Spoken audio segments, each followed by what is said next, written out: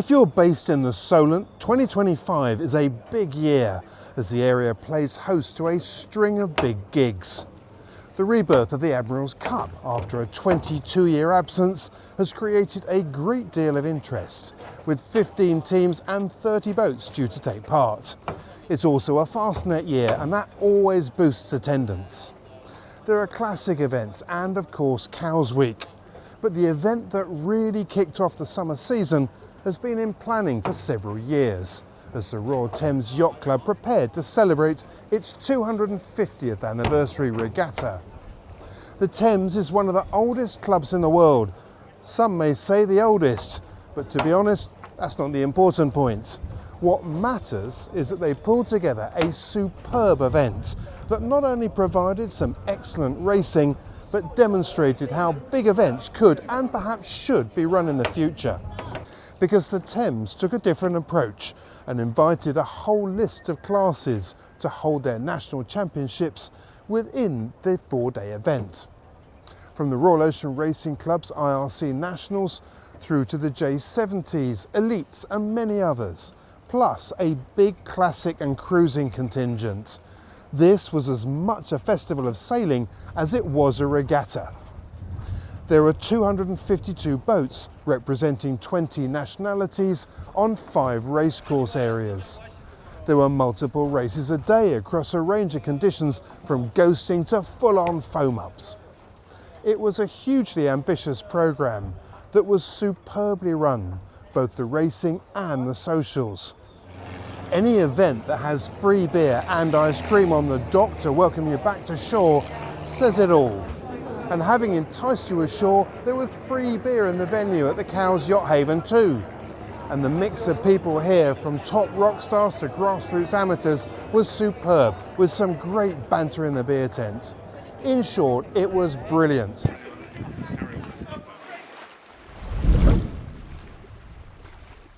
Racing in the Solent requires 2 things: a sense of humour and an open mind when it comes to the weather. Light winds on Friday meant that some classes didn't race at all, but on Saturday there was plenty, and it built, especially when the tide turned and the sea state picked up. And as every local sailmaker and rigger knew, this was a well-tried recipe for little sleep and good business. Sunday started off with modest conditions that also increased as the building sea breeze provided a boost. It was, in short, a classic Solent regatta that provided plenty of banter and tall stories in the bar. In addition, the Royal Ocean Racing Club's IRC Nationals were a big focus of attention. From a 56-footer through to flat-out racers, production machines and quarter-tonners, the 50-boat fleet was diverse. But there was particular focus on the 21 boats that will be competing in the Admiral's Cup later this season. For them, this was an important warm-up event. And by the end of the weekend, it was clear where the bar was set, with 3 teams delivering impressive performances and taking the podium spots in both of the 2 Cup classes. Based on this event, the Hong Kong, Monaco and Kiwi teams are the ones to watch out for. Carl Kwok owns both of the boats in the Hong Kong team, Beau Geste and Beau Ideal, and both won their classes. The TP52 Beau Geste won IRC 0 by just half a point, while Beau Ideal finished IRC 1 with a 3-point margin. In third, it was Peter Harrison's IRC optimised TP52 Jolt 3 that'll be sailing for the Monaco Yacht Club. Their teammate will be the Fast 40 Jolt 6 that took second place in IRC 1 ahead of the Kiwis' former GP42 Callisto that finished third. So, while we may be still a number of weeks away from the Admiral's Cup itself, there's already a buzz around the dock in Cowes for the return of this famous and long-missed trophy. Having said that, it was clear from the beer tent chatter that there are also plenty of crew trying not to think about how they're going to cope hiking a flat deck and fast wet boat for 600 miles as they take on the Fastnet. Elsewhere, the JPK 1180 Django ran away with IRC2, winning 5 of the 6 races. Richard Powell's first 40 Rogan Josh took second. In IRC 4 it was Jamie McWilliams Pelikanen that won the class title. But the biggest win of them all was in IRC 3, where it was Adam Gosling's Yes that won both the class and the IRC Nationals overall. Even more impressive was that this was the 4th time that Gosling and his crew have done so. At the other end of the scale were the classics, and if you fancied a bit of varnished wood, complex sail plans and no garb wires, this was the place to hang out. Now, it's Friday the 13th of June, and depending on which class you were in at the Royal Thames 250th Regatta, today was day 1. Well, it certainly was in the classic class. And as you may have noticed, I have a new t-shirt, because today I was sailing on board this boat. Just look at her, absolutely gorgeous. It's Sir Keith Mills's classic yacht Viveka, which was built in 1929 and was painstakingly restored, and she's absolutely magnificent. I'm a little bit worried, of course, because I'm getting more and more drawn towards classic yachts, which makes me wonder whether it's an age thing, or maybe I've just got more discerning. I'd certainly like to think the latter. Anyway, we went out today for the first day's racing. Unfortunately, the forecast wasn't very good. The breeze didn't really deliver, and within the time frame, the race committee couldn't get our racing underway. There was enough wind to go for a sail, which was nice, but it was also a fantastic opportunity to talk to 2 key people. Obviously, Sir Keith Mills, the owner of this boat, who told me a bit about her history and why she's such a fascinating boat, but also about the significance of this event for the Royal Thames and what it might mean for the future of racing. I also talked to the Vice Commodore of the Royal Thames. I think the last time we were sitting on one of your boats, it was a bit different to this. There's a lot of carbon around. I think we were separated by a cockpit that was 3 times as wide as this. But what a beautiful boat. Tell us a bit about it. Well, Viveka was conceived in the 1920s, commissioned by J.P. Morgan, the banker, and he got one of the hottest America's Cup designers then, Frank Payne, to design him a boat that could both be raced and cruised, built on the east coast of the States, and she had an amazing career. Sailed through the 30s. In the 40s was a support boat in the Second World War, tracking subs off the east coast of the States, and then eventually bought by a guy who took her to San Francisco and sailed her down the west coast, and kept the boat since 1950. My friend Rob Gray found the boat in San Francisco, looking very sad because this chap had lived on the boat for 25 years, hadn't really moved. So it was a major restoration job, and I have to say that I had a 20 or 30 years sailing Grand Prix race boats, and this is very different, but it's just as much fun. It is, isn't it? I mean, unfortunately, we didn't get to race today, obviously, because there wasn't enough wind, but we did have a nice sail around, and it is a gorgeous boat to sail. It's a really lovely, really balanced. It's really intoxicating. You get drawn in to sailing this boat.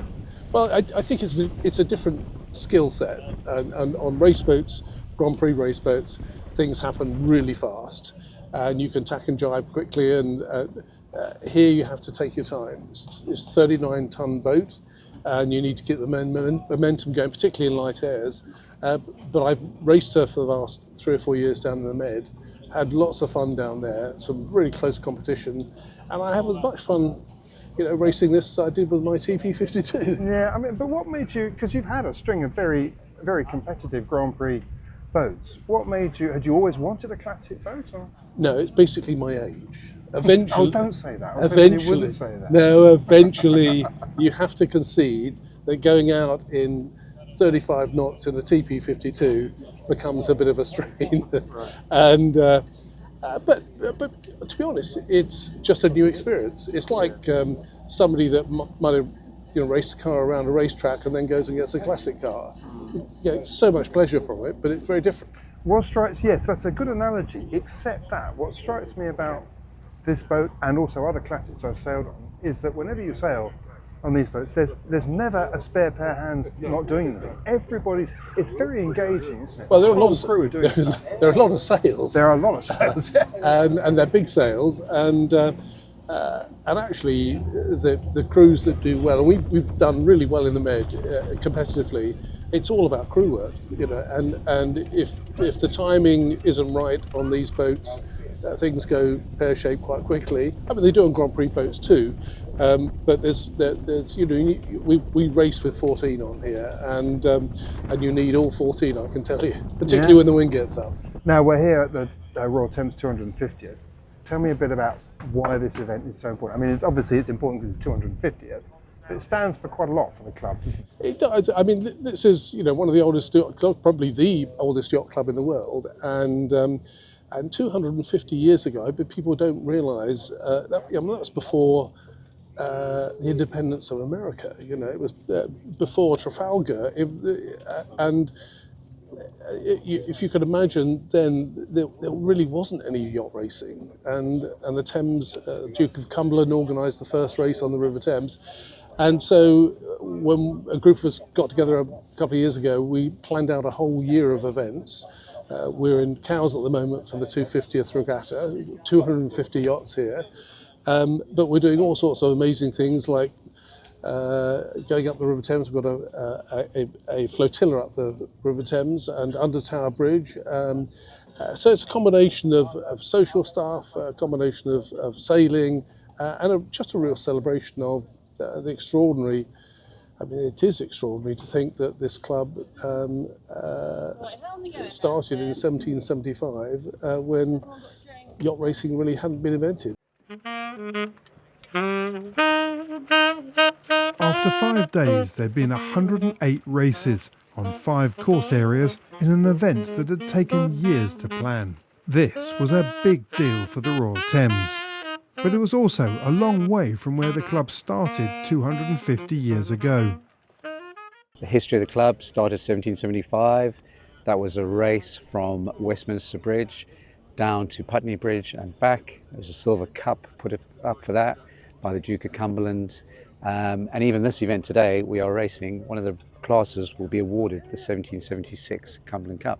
So very old club. Yeah, it is one of the oldest in the country, isn't it? Yeah, And quite a few, I mean, you were talking about this a little bit earlier on this morning about some of the milestone things in that time that the club's been involved with. Talk us through some of that. Yeah, we've been involved in a lot. I mean, our strapline for this year is celebrate the past, invest in the future. That's really important to us. And the club has been involved in a wide array of things over the years. We've been involved in America's Cups, boat designs, and importantly for us is looking forward. So we've got over 2,000 members now. Of that, we've got about 400 younger members, and we're quite proud that 50% of that is female racers in the club. So we're really active with the younger members, active with our female racers in the club. I'm Ella Brown and I'm sailing on Rogan Josh, which is Richard Powell's, the Vice Commodore of the Thames boat. Right. Now, you're also a member of the Thames, aren't you? How long have you been a member of the Thames? I was trying to work it out. About 12 years, I think. Right. Yeah. And what drew you to it? I think it was to begin with the younger members sailing, so they had a really good academy section which went out racing on J70s, sonars, but over time I've just met so many friends through the Thames, and as a result I've just stayed a member and got more and more involved in it. Right. And so have you always sailed? Do you sail from childhood, really? Yeah. What kind of boats do you sail? So I grew up sailing in Burnham on Crouch, so we did the usual Oppies, Cadets, Fevers, Lasers, the Royal Burnham One designs, just a real mix of things. Right. Yeah, so they have an academy section which they put together teams on J70s, Etchels. So we did the Etchel Academy a few years ago, which was really fun. And they do loads of international team racing events. So they have the 2Ks in Europe, which is 2-boat team racing, and then US events as well. Again, mostly on sonars for the US events, team racing 3 boats. And for women's sailing, they've got a good women's team as well, haven't they? They have, and it's actually really, over the past 2 years, I think it's got even better, which is great. So last year was our first women's team racing event in Marblehead, and then we're going again next week, which should be really fun. It's called the Thayer Trophy. And then this year I took a team to Alicante and did the Greenwich Women's Cup. And then Catherine Brooke took a team to Monaco. We won both events for the women's event. So Fantastic. It was quite, it was great. Amazing. Going back in history, the first female member was actually 1784. Historically, you had to own a boat, so if you own a boat, you could become a member. Now, roll forward, like I say, we've got a lot of female participation. We have a monthly club shout out, and just started that, and the first 2 times we did it was won by the girls. So very active. We've got 6 J70s here in the Solent. We've got 12 sonars at Queen Mary. We do a lot of team racing. We do a lot of match racing. Obviously, we've got members with big boats. We send teams around the world. Very active. We've got an academy for under 26s. We support and sponsor people coming from university, want to get them into keelboat racing, and we send them overseas. They do domestic competitions. So very much looking to the future, investing in the youth, investing in the female racers of our club. By Saturday, I still hadn't shaken the classic bug off as I stepped aboard Ian Atkin's stunning West Solent one design, Arrow. I knew I was in for a physical day when I was handed the main sheet with no additional staff among the 5-strong crew. But what I wasn't expecting was to be reacquainted with the downwind metronome roll when the breeze got up. So today we had sort of getting on for 25, 26 knots at times, and here there's all kinds of stories about the problems that people had in the wind against tide and a whole load of breeze, and we were among them, because going downwind, I haven't rolled to windward like that for well over a decade. I didn't like it then, and I'm not sure I really liked it now, but it was a great race. What a cracking day.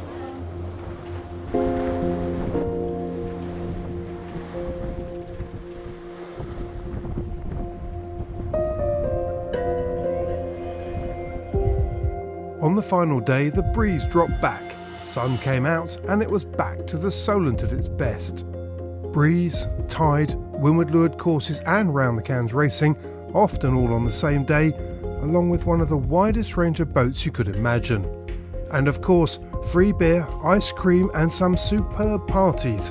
The Royal Thames 250th anniversary regatta will go down as a very special event.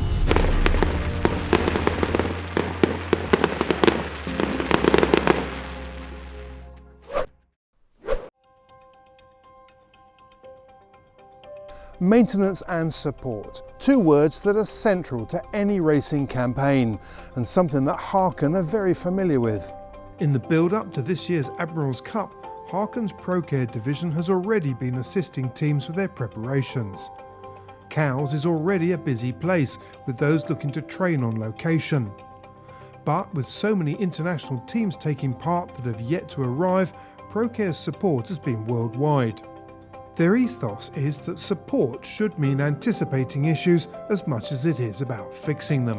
When the racing programme gets underway, it'll involve around 1,000 miles of racing for each team, putting kit under plenty of pressure. So, from safety inspections to crew training and troubleshooting, support is the key. And this season, one of their big focuses will be in Cowes. McConaughey boats are experts in building advanced racers and cruisers in carbon. So creating a company, MC1 Spars, to build carbon masts was a natural step.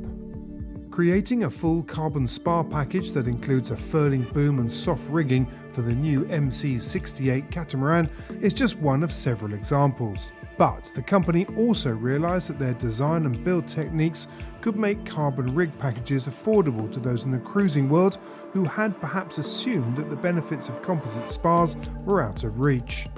Using sophisticated design tools, along with a well-established and precise manufacturing process, the company has been able to build advanced rig packages for a wide range of craft. And it doesn't stop there.